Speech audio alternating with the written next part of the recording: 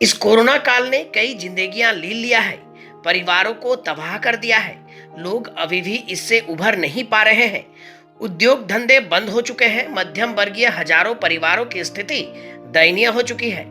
Source of income ना के बराबर है और ऊपर से बच्चों का भविष्य और उनके पढ़ाई की चिंता ने ऐसे अभिभावकों को हलकान और परेशान कर दिया है। निजी स्कूलों से अभिभावक इतने परेशान हैं कि वो अपने बच्चों को या तो नाम कटवा कर अपने घर में उन्हें बैठा कर रखा है या फिर सरकारी स्कूलों की ओर रुख करने के लिए मजबूर हो रहे हैं। आज कहीं ना कहीं पेरेंट्स बाध्य हो चुके हैं, स्कूल के आगे मजबूर हो रहे हैं कि अपने बच्चों का नामांकन वहां से रद्द करा करके सरकारी स्कूलों की ओर बढ़ रहे हैं।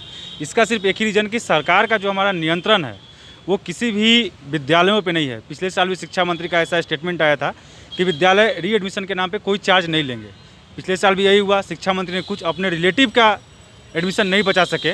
ये दुर्भाग्य का विषय है और इस साल भी सरकार को एक सही पहल करना चाहिए जिसमें कि जो भी कोई भी गार्जियन हो उनको एक सहूलियत देनी चाहिए। रीएडमिशन जो एनुअल फ़ी है उन सबको माफ़ करके और एक न्यूनतम चार्ज, जिससे कि विद्यालय के शिक्षक का भी काम चल सके और वो पेरेंट्स का भी काम चल सके जो कि इस कोरोना काल में पूरी तरह से बेरोजगार बैठ चुके हैं।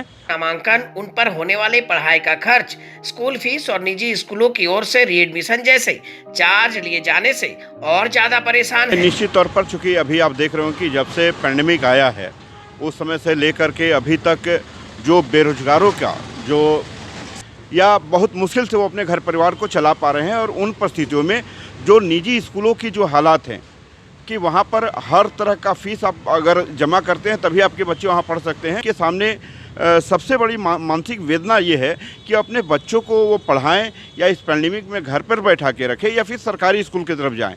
तो यहाँ अगर सरकारी स्कूलों के हालात अगर अच्छे होते तो निश्चित तौर पर मैं आपको दावे के साथ कह सकता हूँ कि यहाँ के अभिभावक अभी की स्थिति में कोई भी प्राइवेट स्कूल में पढ़ा पाने की स्थिति में नहीं है।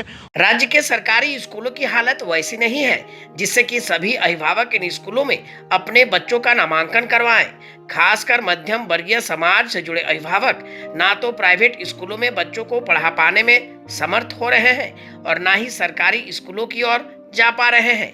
कोरोना महामारी के कारण हालत ऐसी हो गई है कि अब इनके समक्ष कोई विकल्प सूझ ही नहीं रहा है।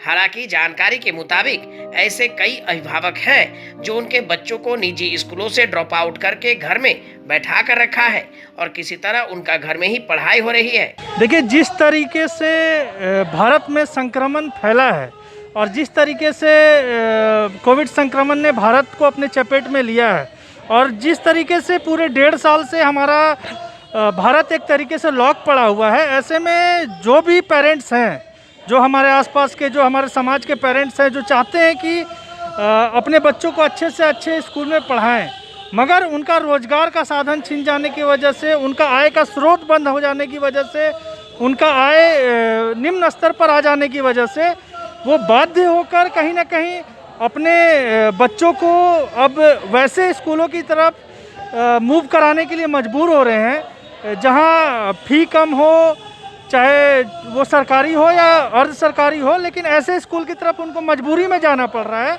इस कोरोना काल में कई अभिभावक बेरोजगार हो चुके हैं। निजी स्कूलों की मनमानी भी जारी है।